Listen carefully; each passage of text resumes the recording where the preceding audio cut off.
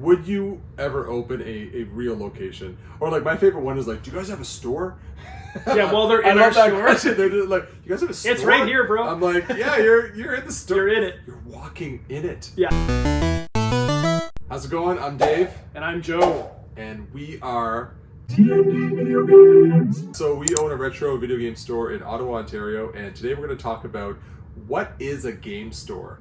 And this question comes about for many reasons, yes. But somebody posted like at the beginning of us making YouTube videos back in like March, April, someone said that we're not a real game store because we're located in a flea market and we're only open once a week.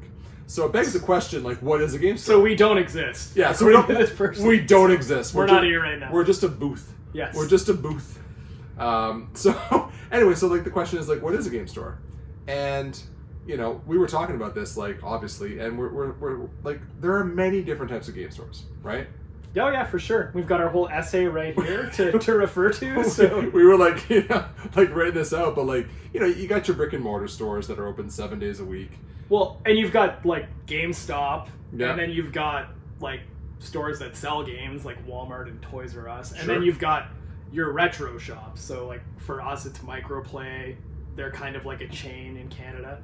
But then you've got like kind of like your mom and pop, like they've got one location, maybe two.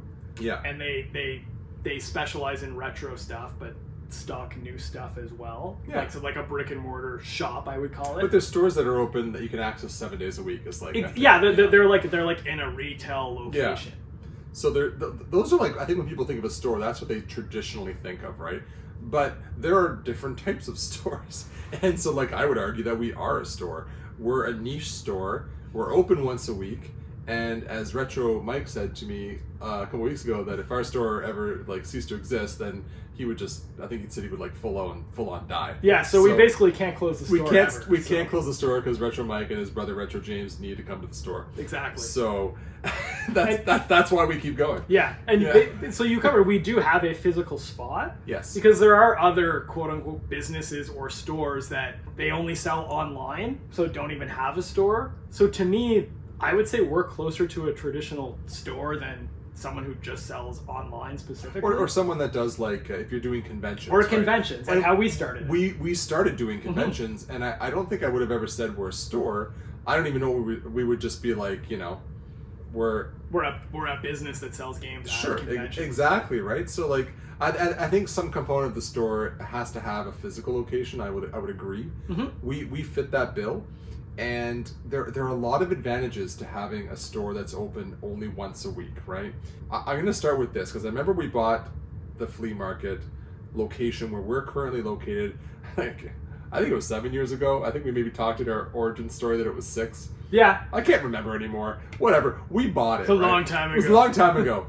And I remember having a talk with my cousin who's a realtor. And I said, you know, like, we're only open once a week. I said we could possibly open on Saturday as well because the flea market's actually open 10 to 4 on Saturday. Mm-hmm. And I'm like, what do you think? And he's like, Dave, it's really special that your store is only open on Sunday.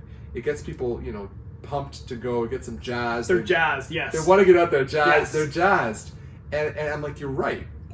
Because I think it makes it more of an experience because you look forward to it all week. And it's like an event. It's an event. Yeah. Like, and I remember, like, Joe and I shopped at the store that we now own. Yeah, so you get pumped for Sunday, like if you had totally, if you had some extra cash lying around to go buy something, right? Yeah, so exactly. And like I remember, it is fun. And I think we do a disproportionate amount of business in one day. For sure. We do like a week's worth, or at least a few days worth of business in one day, because we're only open once. Yeah, one day. If we ever did move to a full-time retail spot, I don't even think I would open Monday to Wednesday. I'd probably just open Thursday to Sunday. Agree, that's when all the shopping and all your sales happen. Totally. So yeah, like to your point, like what we do in a Sunday is what another store might do in a few days. So again, it's just all smushed into one day. There's challenges with that, right? Because it's super busy, obviously, and depending on what comes into the store that day, it could be a big challenge. But it makes it much more enjoyable. There's always someone in the store, and there's always multiple people, and there's conversations that happen. It's much more fun. It's more fluid. Well, it's like we basically built kind of like a small community. Totally. Everyone comes by, hangs out. Yeah. And they plan their week around it, right? Totally. Yeah. So we are a registered business. We pay taxes.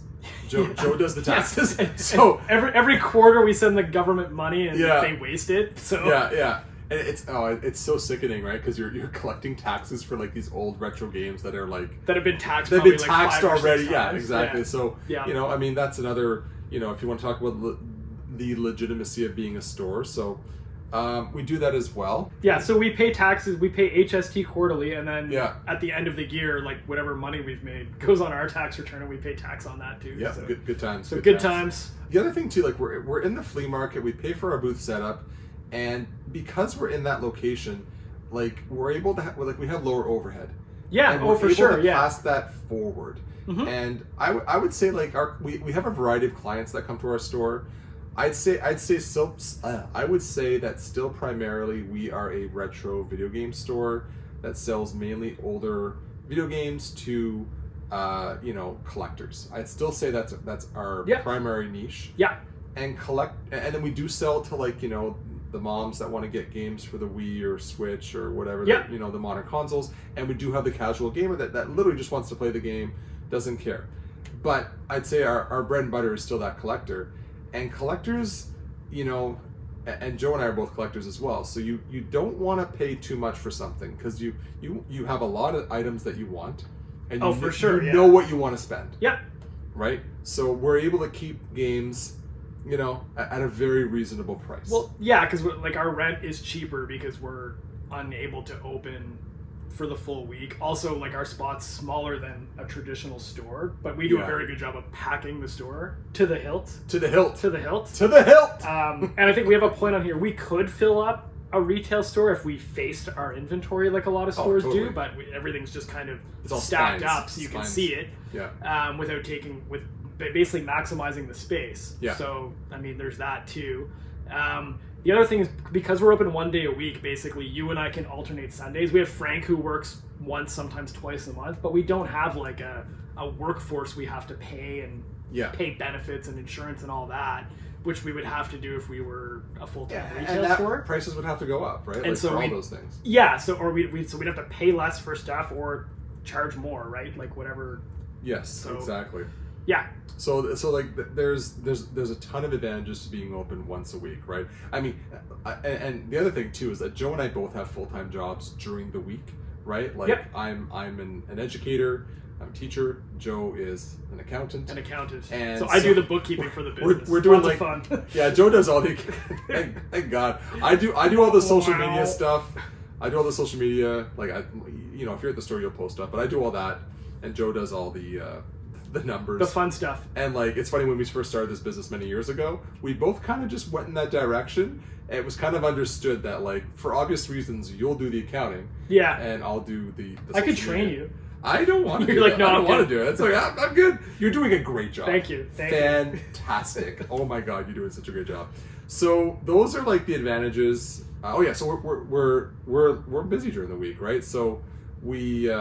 But I'll also say though, I would say like even though like I'm working the store twice a month, on average, like I probably still spend more time like doing the accounting at home and then processing inventory, pricing stuff, testing stuff. Like, totally. I think a lot of people think we just show up and collect cash on Sunday. No. Most of the work is done during the week. All the work is done on the side. Yeah. It's done in the evenings or the weekends. Yeah. And then, like we're open once a week. The Sunday is the fun part where we get to see the customers and talk to people, buy, sell, trade, like the actual interaction part, which we enjoy. Yeah. Yeah. So the Sunday is like the fun event. Totally. For us too. All right. So I think we pretty much talked about all the advantages. I mean, the drawbacks, like we have a small space. We can't really expand in the flea market. We would if we could, and we've asked, but unfortunately there's just no place for us to expand. Yeah. And then the other drawback too, just kind of the way like the business works, we don't stock a lot of new stuff. The markup on new stuff, it's just not there. So for a brand new game that retails at $80, our cost is anywhere would be from like 70 to like even $76. So you're making like $5. You're making a few dollars a game, and then the problem is a lot of the games just suddenly drop in price. So then we would have to eat that loss. So if we stocked like the new God of War game at $80, we're making $5 a copy, great.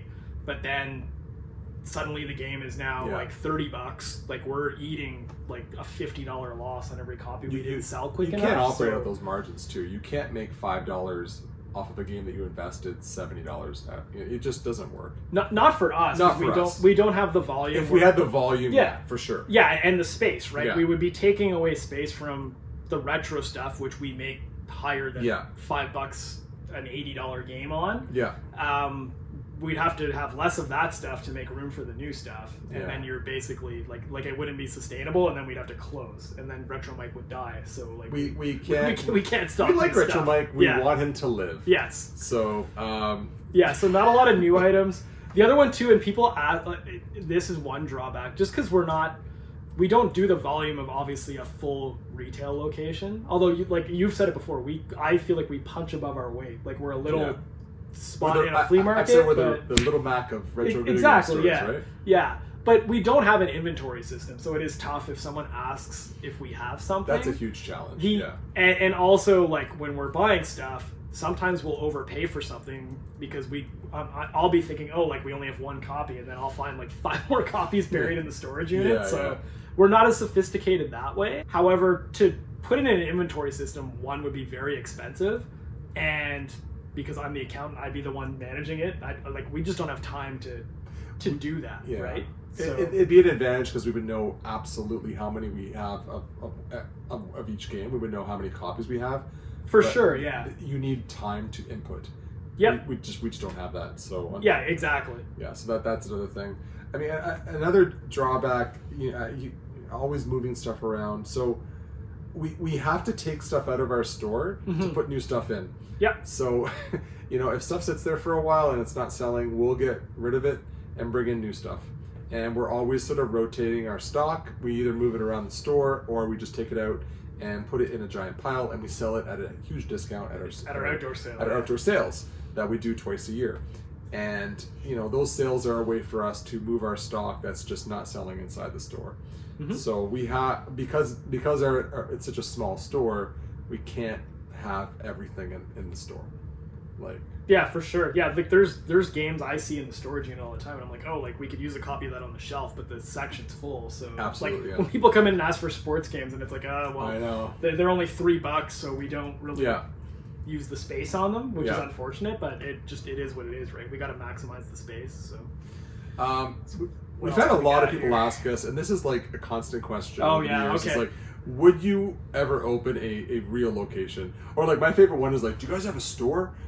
Yeah, well, they're in our store. They're just like, you guys have a store? It's right here, bro. I'm like, yeah, you're in the store. You're in it. You're walking in it right now. This is amazing. You're like actually in the place. But would we ever open one? And I mean, well, so for me, the answer right now would be no. And again, being an accountant and business minded, I find a lot of people start up a business and they have no idea what the startup costs are. Yeah. Like in my head, I don't know how much everything is exactly. I just know it would be very expensive relative to like what our annual sales are. So number one, you've got to rent a spot. In Ottawa, retail rent is ridiculous. Even though you see like any plaza or mall, like there's so many vacancies, but these places, the rent is just ridiculous. Like you're talking thousands of dollars a month. Yeah. Which we don't pay nearly that at our spot now. So like we'd have to do way higher rent. Number two, you'd have to fit up. So like you'd have to get like a nice sign for the front because we'd want to make it look good, right? You'd have to get be a huge upfront cost. Yeah, exactly. Like new cabinets, like the entire store, like and an inventory system because you need to automate that for sure. And then I'm trying to think what else. Well, like, so you and I both have full-time jobs, so we're either paying a workforce. You wrote here full-time secure jobs too. Yeah, secure. Yeah, that's and we have young families, and like to leave our secure jobs to go pursue something that we have no doubt we would absolutely love. it's you know. Yeah, it would be irresponsible at this it'd be point to do that. irresponsible, you know. Given the risk involved, right? That's right. Yeah. So yeah, like we would have to pay a workforce or quit our jobs, which either one, again, not the best outcome for us, I would think. And it's also hard to say if, like, even 10 years from now, if the retro... Well, yeah, that's what I was going to say. Like, all these companies are pushing digital. So back in the day, if you were, like, Nintendo or Sony, Microsoft, like, you really had to have a strong relationship with your retail channel. So, like you'd have to have a relationship with Walmart, Toys R Us, EB Games, GameStop, whatever. I find now, though, that a lot of these publishers, they just don't care about that retail relationship anymore, even though, like, it's decades old at this point. They don't give a crap. They'll just sell it digital and take all the profit for themselves, because I get they're trying to make the most money they can, but they've kind of forgotten what got them to where they are, I think. And so there's this huge push to digital. I'm pretty sure there was a leak for the next, like the mid-generation upgrade for the Series X, and it's not going to have a disk drive. PS5, they did a diskless version where you're just getting stuff digitally. So for us to open a retail spot now, where you do need to sell new games to kind of at least get people in, get people trading for old stuff towards new stuff to sustain yourself, that market might not be here in like 10 years, because the console manufacturers are going to get away from physical. Apparently the people that make these decisions didn't celebrate Christmas. No, like I just think of, like, well, it's like, here's a code in a box, like, we could sell here's that. Your card. Wow, this is magical, right? Like, it's just ridiculous. Like, so basically kind of, I see that going away. Yeah. And then you still have that follow-on retro market, but if you're going to open a full-time large location, you do need new stuff to sell to kind of prop up your business. Yeah. So. I mean, even just like the challenges of getting stock for our current store, you know, there are some weeks and months where it's very difficult, right? And you there isn't like a store that you can go to just buy retro stuff. You can't just like wholesale. Go to your wholesaler and get it. So. You need people to trade with you. You got to build those relationships, right? So we have people that come with us and will only trade with us, and we appreciate that. And you know that's how we build the store. And we buy large collections, obviously, but like you need that's also a constant challenge, right? Because so to have a bigger store that you open more, you're going to sell more inventory. Then you got to replenish it. You got to replenish it, right? Yeah, so, which we have trouble with being open one day a week. So like we regularly will sell out of games. So yeah, I mean, like overall, like we're very happy with where we are. We have a great relationship with the owner of the building. We have built a really good, solid client base. As we've said before, we can't close because we don't want Retro Mike to die. That is true. So that's these are the big reasons, right? Like, we're gonna keep going. We absolutely love our store. We totally consider it a store. Not a day goes by that Joe and I do not talk at least once about our store. And, you know, whether it's like buying games or like I priced this or I found this or like what do you think of this? Or we should talk about this. Yeah, or we should talk about this. Yeah, so like it's always on the brain. You know, and it's really fun. Like we love our store. Yeah, we absolutely love it. So in conclusion, I would say that we're pretty much as close as you could get to like a full-on retail store without actually being one. Yeah. Which for us is kind of like the best of both worlds, because like the dream would obviously be to run a video game store full time. However, again, we do need income coming in to support our families. So I think it's the best of both worlds, right? Like we do our 9-to-5s, help take care of our families, and then we get to do this on the side kind of as like a fun thing to do, right? Like I call it fun work. It is fun work. And like, it might even be a model going forward for retro video game stores to do something like this where I think so, yeah. You're not always open and you find a way to still serve the community and serve the store and whatnot, but not do it 7 days a week. So. Well, yeah, and then your overhead's lower, and then you can price things lower, and then, if people want to come to trade with you because you can pay more for stuff. Yeah. Because we can make less per game than a full retail store and still get ahead because our overhead's lower. So we're only open 1 day a week. Totally. Yeah. So we're a real store. We exist. we're a real store. We'll end it there. We're right here. Cool. Thanks for watching, guys. Cheers, guys. Cheers. Hey, what's going on?